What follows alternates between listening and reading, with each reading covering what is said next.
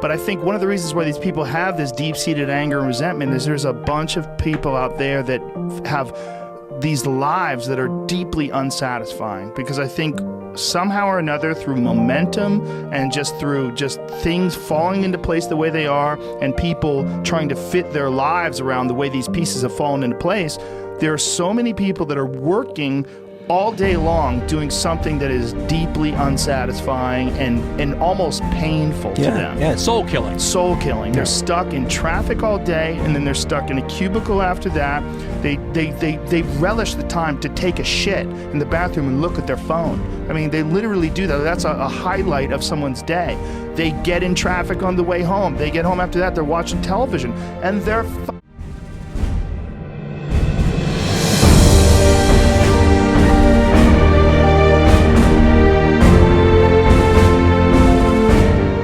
if you make furniture for a living, and you feel a great satisfaction out of that, and you sell that furniture, look, man, making furniture feels good. If you can do that, you could cut those corners perfectly and sand everything down nice and stain it, and then it's done, and you get the satisfaction, and you sell it to someone, and that pays your bills.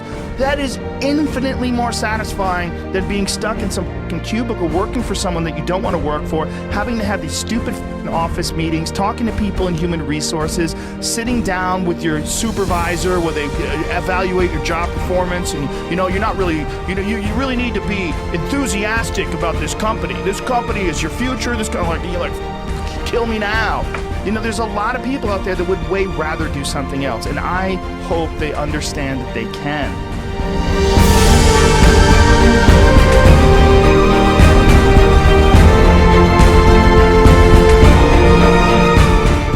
But what I tell people is two things. Right now, the United States of America, the way it's built, is built to help industry and corporations and companies.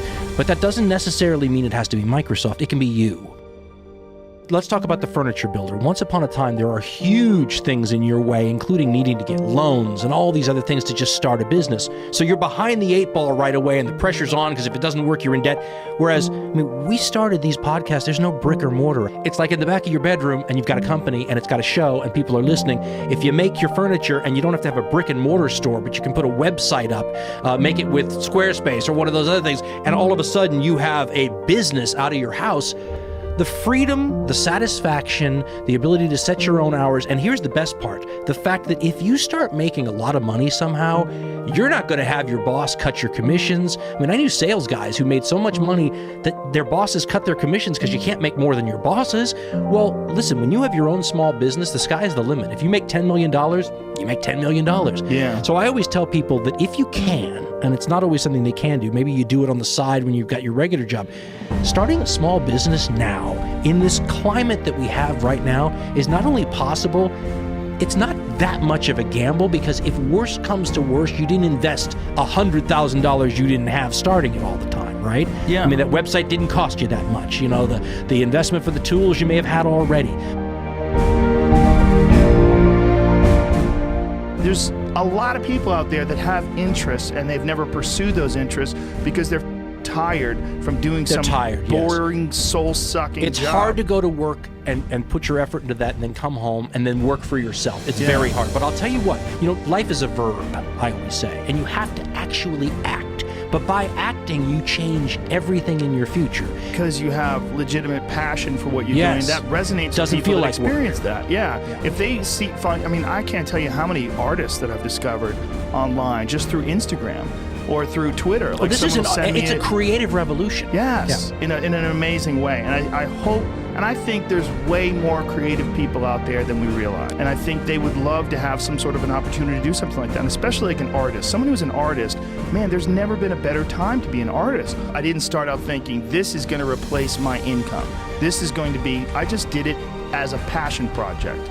And I think if people have a regular day job, if you could just find some one thing that you do as a passion project and just keep building on it, just keep watering it, keep adding fertilizer, keep giving it attention, keep giving it focus, and you can escape. You can escape, and you can be self-serving. You can be okay. You're going to be okay.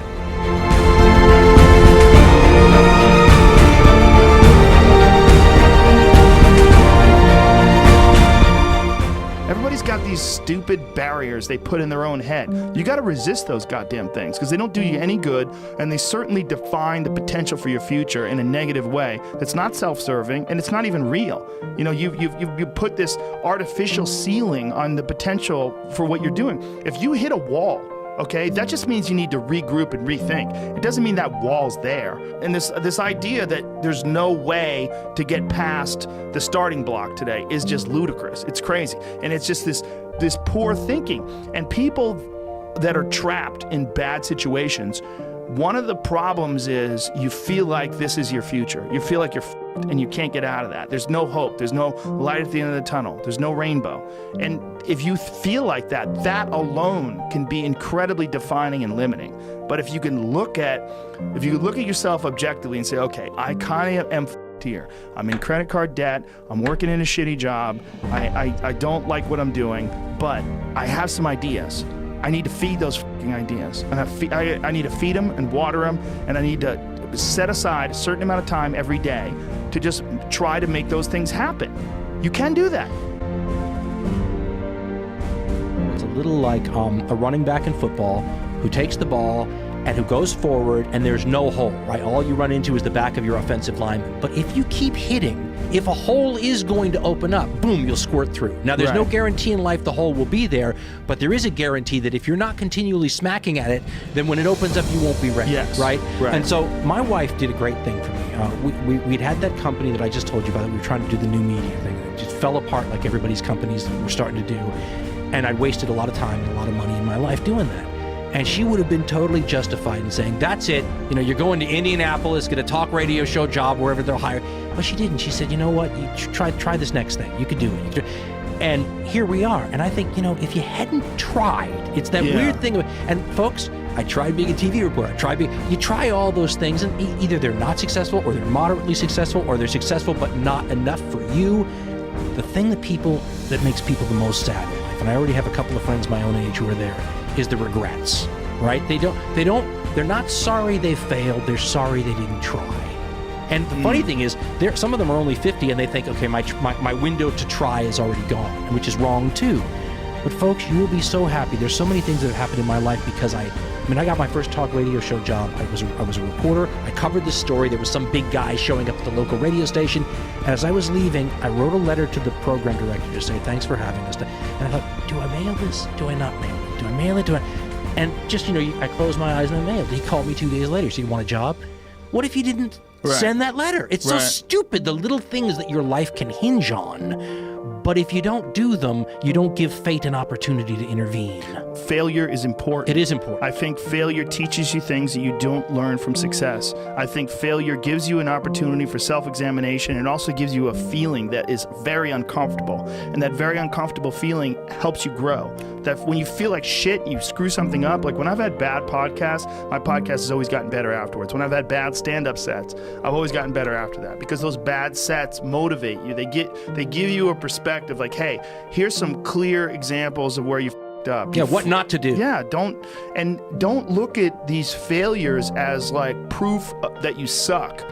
Look at them as opportunities for growth. Look at them as opportunities to be motivated to do better. And Winston Churchill had a line about reading quotes, about how inspirational reading famous quotes were. And he says they motivate you from a number of different ways, including the idea that, you know, you think it's just you, or you think that these people who did so well were so incredibly gifted or privileged from the get-go, and when you realize, no, they're more like me than I think, that becomes inspirational, right? You telling your audience this is inspirational. You don't want to hear, go back to school, go do this work, no. But if you hate your job, that is like nature telling you to try something different. And it's motivating because the motivation is you might not have to do that soul-killing job anymore.